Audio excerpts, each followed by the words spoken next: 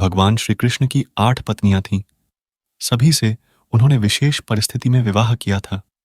इन 8 पत्नियों के नाम है यथाक्रम रुक्मणी, जाम्बवंती, सत्यभामा, कालिंदी, मित्रविंदा, सत्या, भद्रा और लक्ष्मणा। आओ जानते हैं मित्रविंदा के बारे में 10 रोचक बातें। कहते हैं कि मित्रविंदा कृष्ण की बुआ राज्याधिदेवी की कन्या थी। राज्याधिदेवी की बहन कुंती थी। मित्रविंदा अवंतिका, उज्जैन के राजा जयसेन की पुत्री और विंद एवं अनुविंद की सगी बहन थी। मित्रविंदा के भाई विंद और अनुविंद उसका विवाह दुर्योधन से करना चाहते थे, परंतु मित्रविंदा श्री कृष्ण को चाहती थी। पहली कथा के अनुसार मित्रविंदा के भाई विंद और अनुविंद उसका विवाह दुर्योधन से करना चाहते थे। इसके लिए उन्होंने रीति रिवाज के अनुसार स्वयंवर का आयोजन किया और बहन को समझाया कि वरमाला दुर्योधन के गले में ही डाले। जब कृष्ण को इस बात का पता चला कि बलपूर्वक दुर्योधन के गले में वरमाला डलवाई जाएगी, तो उन्होंने भरी सभा में मित्रविंदा का हरण किया और विंद एवं अनुविंद को पराजित कर मित्रविंदा को द्वारिका ले गए। वहां उन्होंने विधिवत रूप से मित्रविंदा से विवाह किया। दूसरी कथा के अनुसार विंद और अनुविंद ने स्वयंवर आयोजित किया तो इस बात की खबर बलराम को भी चली। स्वयंवर में रिश्तेदार होने के बावजूद भी भगवान कृष्ण और बलराम को न्योता नहीं था। बलराम को इस बात पर क्रोध आया। बलराम ने कृष्ण को बताया कि स्वयंवर तो एक ढोंग है। मित्रविंदा के दोनों भाई उसका विवाह दुर्योधन के साथ करना चाहते हैं। दुर्योधन भी ऐसा करके अपनी शक्ति बढ़ाना चाहता है। युद्ध में अवंतिका के राजा दुर्योधन को ही समर्थन देंगे। बलराम ने कृष्ण को यह भी बताया कि मित्रविंदा तो आपसे प्रेम करती है, फिर आप क्यों नहीं कुछ करते हो। यह सुनकर भगवान कृष्ण अपनी बहन सुभद्रा के साथ अवंतिका पहुंचे। उनके साथ बलराम भी थे। श्री कृष्ण ने सुभद्रा को मित्रविंदा के पास भेजा, यह पुष्टि करने के लिए कि मित्रविंदा उन्हें चाहती है या नहीं। मित्रविंदा ने सुभद्रा को अपने मन की बात बता दी। मित्रविंदा के प्रेम की पुष्टि होने के बाद कृष्ण और बलराम ने स्वयंवर स्थल पर धावा बोल दिया और मित्रविंदा का हरण करके ले गए। इस दौरान उनको दुर्योधन, विंद और अनुविंद से युद्ध करना पड़ा। सभी को पराजित करने के बाद वे मित्रविंदा को द्वारिका ले गए और वहां जाकर उन्होंने विधिवत विवाह किया।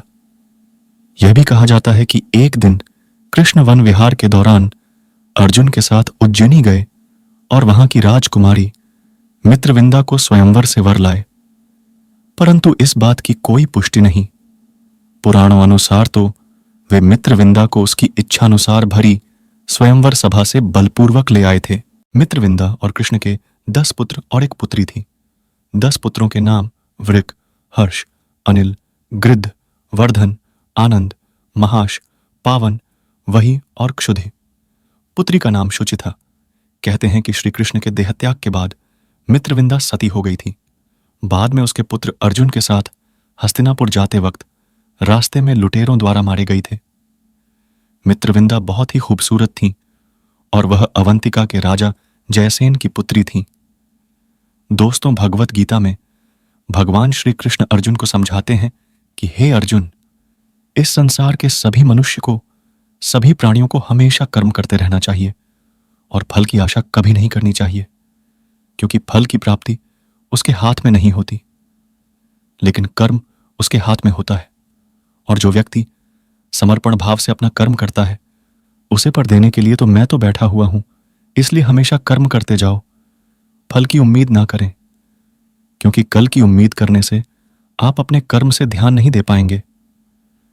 दोस्तों, श्री कृष्ण कहते हैं कि कर्म करने वाला व्यक्ति आज नहीं तो कल जरूर सफल होता है, लेकिन अकर्मण्य व्यक्ति जीवन में कभी भी सफल नहीं हो पाता। इसलिए अगर आप सफल होना चाहते हैं तो आपको अपने कर्म पर पूरा ध्यान देने की जरूरत है और हमेशा से ही अच्छे कर्म करने चाहिए, जिससे आपको अच्छे फल की प्राप्ति हो। दोस्तों, अगर कर्म करने के बावजूद आपको अपने मनचाहे फल की प्राप्ति नहीं हो पा रही है, तो कभी भी निराश नहीं होना चाहिए, बल्कि श्री कृष्ण के भरोसा कर आगे बढ़ने की चेष्टा करती रहना चाहिए। और यकीन मानिए, भगवान आज नहीं तो कल आपको सफल, समृद्धि और आपके कर्मों का सही फल जरूर देंगे। अर्थात यदि कोई बच्चा विद्यार्थी है तो उसे पढ़ने में ही ध्यान देना चाहिए। सैनिक को अपने देश की रक्षा, राजा को अपने प्रजा की रक्षा और सेवा, माता पिता को अपनी संतानों को प्रेम, बच्चों को अपने बूढ़े माँ बाप की सेवा तथा शासक को शासन करना चाहिए। दोस्तों से यह कहना चाहते हैं कि हर व्यक्ति अपने कर्म यानी अपनी ड्यूटी को सही रूप से करेगा तो इस समाज में हमेशा संतुलन बना रहेगा, फिर कभी भी किसी को किसी से परेशानी नहीं होगी। दोस्तों, श्री कृष्ण कहते हैं कि बदलाव ही जीवन का नाम है। श्री कृष्ण कहते हैं कि किसी भी इंसान को कभी भी बदलाव से नहीं डरना चाहिए, क्योंकि बदलाव हमेशा एक परिवर्तन लेकर आती है और यह परिवर्तन हमेशा अच्छे के लिए ही होता है। दोस्तों, अगर जीवन में बदलाव ना हो तो हम वहीं रह जाएंगे जहां हम आज हैं और हम कभी भी आगे बढ़ नहीं पाएंगे। दोस्तों, कभी कभी बदलाव या परिवर्तन हमें कष्ट भी देता है, पर यह कष्ट हमेशा के लिए नहीं रहते और आगे चलकर हमेशा सुख देते हैं। दोस्तों, आपने नदी के पानी को कभी सड़ते हुए नहीं देखा होगा, क्योंकि नदी हमेशा परिवर्तित या बहती हुई रहती है, कभी रुकती नहीं है। लेकिन एक तालाब का पानी जब परिवर्तित नहीं होता है, जिसमें बदलाव नहीं आता है, वह धीरे धीरे सड़ जाता है। ठीक उसी तरह हमारे जीवन का मायने तभी तक है जब तक हमारे जीवन में परिवर्तन या बदलाव है।